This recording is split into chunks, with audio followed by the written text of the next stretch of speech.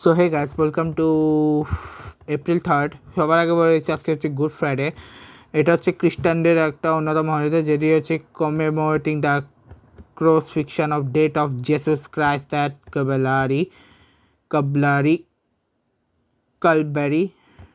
Calvary, observed during Holy Week. It is a day of reflection, prayer, and fasting. Key tradition include church service without mass, the benediction of cross, and eating hot cross buns. এটা significance হচ্ছে it commemorate Jesus ultimate sacrifice, highlight God's love and atonement for sins. The good indicates in a holiday, মানে এটা হচ্ছে good Friday actually,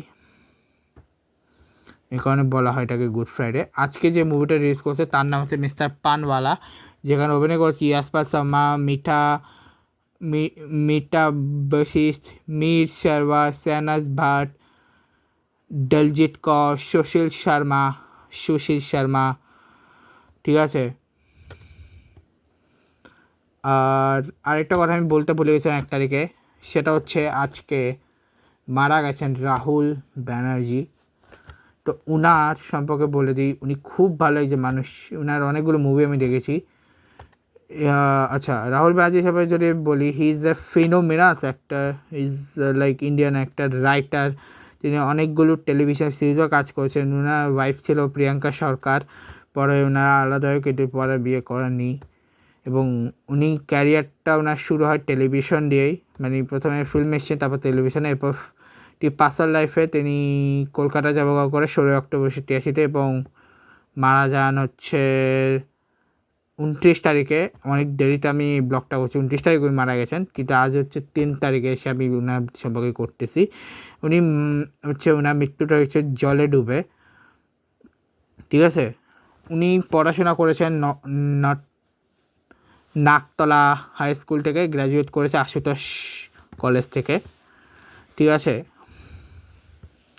ওনারা প্রথমে শততে separate হয়ে যায়, পরে আবার রিইউনাইটেড হয়ে যায় 2023-এ, ঠিক আছে। তালসারিতে উনি মারা যান ভোলে বা পারকাটাকার শ্যুটের সময়, এবং উনার মারা যান যখন ওনার বয়স 42 বছর, ঠিক আছে। তো এখন আসি, আমি ওনার সম্পর্কে কিছু বলে নিই, ওনার ফিল্মোগ্রাফি সম্পর্কে। ওনার ফার্স্ট ফিল্ম টেলিফিল্মে উনি ছিল প্রবাল রঙের আলো বলে একটি মুভিতে, ঠিক আছে। টেলিফিল্ম, কিন্তু কোনো ক্যারেক্টার নাম দেওয়া নেই। এরপর চাকা বলে একটি ছবিতে তিনি অভিনয় করেছে, যেখানে পথিক নাম ছিল। এরপর আবার আসবো ফিরে সত্যা।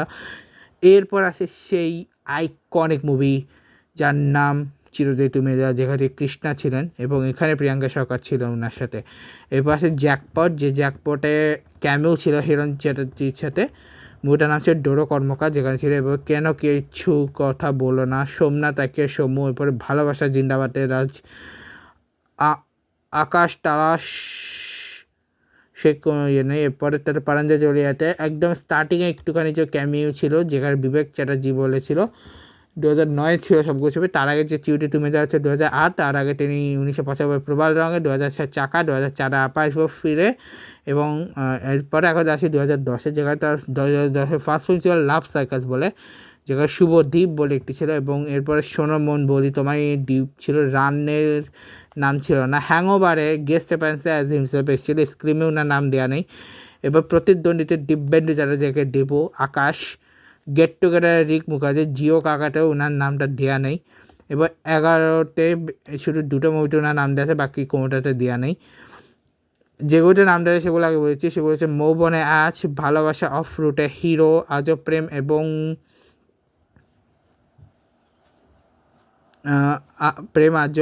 আজব প্রেম এবং আর লাস্টে কাটাকুটি। এবং যে দুটো ওনার নাম আছে তার মধ্যে একটা হচ্ছে কাগজ এবং, যেখানে উৎপল, আর বর্বউ খেলা, যেখানে মানস জীবন মুখোপাধ্যায়। এবার 2012-তে 2টো মুভিতে নাম না, একটা আছে যেটাতে নাম নাই, যেটাতে নাম আছে সেটা হচ্ছে গোড়া এগারো, যেখানে রিক নামে ছিল। আর বাকি যে 2টো মুভি ছিল, দুটো নাম হচ্ছে balukaBella.com আর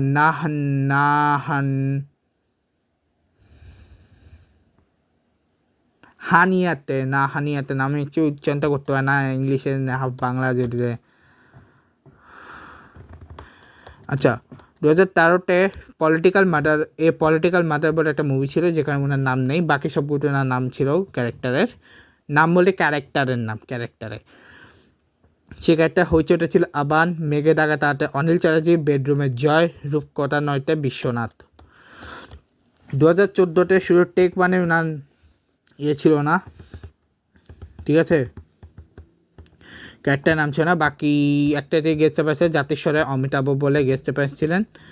আর বাকি সবগুলো না ক্যারেক্টার ছিল, যেমন অভিশপ্ত 90-তে ছিল বৈশাখ, আমার আমিতে অনির্বাণ, চতুষ্কোণে অমিতাভ বা ইয়াং সাক্ষ্য, প্রতি পরমেশ্বরে আমল, ব্যোমকেশ ফিরে এলো সনদ ছিল। এরপরে 2015-তে ওটাই লাস্ট MMS এবং তদন্ত রুদ্রতুনার নাম নেই। আরেকটা ছিল এবার সবর বলে, যেখানে তিনি সম্মেলন বাগচি, যেটা হচ্ছে শিষ্যদেব মুখোপাধ্যায়ের রুইন বলে একটি স্টোরি ছিল, সেটার উপর বেস করা। 2015-তে ছিল। এরপর 2016-তে মিস্টার বাদুরিতে ওনার ক্যারেক্টার নাম নেই, কিন্তু কাউটে এবং জুলফিকার, একটাতে আলোকেশ ছিল, একটাতে লালটু রাজ ছিল পুলিশ অফিসার। 2017-তে একটা ফিল্ম করেছেন জকের ধন বলে কুমার রয়ে, এবং এটা হচ্ছে first Bimal Kumar story by Hemendra Kumar রয়ের। এবং 2018-তে বিজয় ব্যোমকেশ এবং ব্যোমকেশ গোটু, দুটোতে তিনি অজিত ক্যারেক্টারটা প্লে করেছেন। 19-এর দুটো মুভি এসেছিল, একটা হচ্ছে জাদু কাটা এবং রাজলক্ষ্মী ও শ্রীকান্ত, একটাতে ওনার ক্যারেক্টার নাম নেই। 2021-এ ওনার দুইটা ফিল্ম এসেছিল, যেটা হচ্ছে শ্রীলতাহানির পরে সংলাপ বলে একটা ক্যারেক্টার ছিল, শহর উপকথাতে ওনার নাম নেই। মানে নাম বলতে আমি বলে দিই ডাইরেক্ট, যেগুলো আমি নাম বলবো সেগুলো ওনার ক্যারেক্টার নাম নেই, ঠিক আছে। এরপরে 2022-এ 3 ফিল্মের মধ্যে দুটোতে একটাতে ওনার ক্যারেক্টার নাম নেই, সরি 4 ফিল্মের মধ্যে 3 ফিল্মে একটাতেও নাই, আর একটাতে আছে। তো 3টা ফিল্ম হচ্ছে মৃত্যু পথযাত্রী, সহবাস, আকাশ অংশটা মেঘলা,